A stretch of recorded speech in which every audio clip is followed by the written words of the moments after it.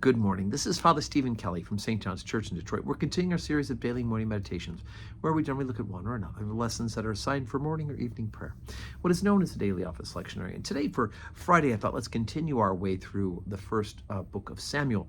Now, yesterday we talked about how God spoke to Samuel. Samuel didn't recognize that it was God. He kept thinking Eli was calling him, the high priest, kept going to Eli saying, why are you calling me? Finally, Eli figures out it must be God, tells him the next time you hear it, ask him, say, speak, Lord, I'm listening. Your servant's listening. And so God tells Samuel that, in fact, that God is going to punish Eli and punish his sons who are being wicked. The sons are being wicked, and Eli hasn't reined them in. And so he does have to tell Eli this. And Eli says, what God has decided, God has decided. So now here's the consequence. So 1 Samuel 4, beginning at verse number 1. Now Israel went out against the Philistines to battle and pitched beside Ebenezer, and the Philistines pitched at Aphek. And the Philistines put themselves in array against Israel. And when they joined battle, Israel was smitten before the Philistines. And they slew of the army in the field about 4,000 men. And when the people were come into the camp, the elders of Israel said, Wherefore hath the Lord smitten us today before the Philistines? Let us fetch the ark of the covenant of the Lord out of Shiloh unto us, that when it cometh among us, it may save us out of the hand of our enemies. And the people sent to Shiloh, and they bring thence the ark of the covenant of the Lord of hosts, which dwelleth between the cherubims. And the two sons of Eli, Hophni and Phinehas, which were there with the ark of the covenant, of God. And when the ark of the covenant of the Lord came into the camp, all Israel shouted with a great shout, so that the earth rang again. And when the Philistines heard the noise of the shout, they said, What meaneth the noise of this great shout in the camp of the Hebrews? And they understood that the ark of the Lord was come into the camp. And the Philistines were afraid, for they said, God is come into the camp. And they said, Woe unto us, for there hath not been such a thing heretofore. Woe unto us! Who shall deliver us out of the hand of these mighty gods?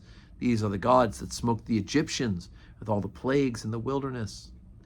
Be strong and quit yourselves like men, O ye Philistines, and be ye not servants of the Hebrews, as they have been to you. Quit yourselves like men and fight. And the Philistines fought, and Israel was smitten. And they fled every man to his tent. And there was a great slaughter, for there fell of Israel 30,000 footmen. And the ark of God was taken, and the two sons of Eli, Hophni and Phinehas, were slain. Okay, so this was common. You hear this throughout the Old Testament, where the Ark of the Covenant, where God dwells in a special way, contained the tablets of the law, Aaron's rod, some bread, some manna. All these things contain the presence of God, and they would bring it into battle with them. And of course, whenever the Ark was there, the battle would turn. Well, in this case, this was not the will of God that the battle should turn. And in fact, so many men died in this particular battle, but especially that of Eli's sons, Hophni and Phinehas.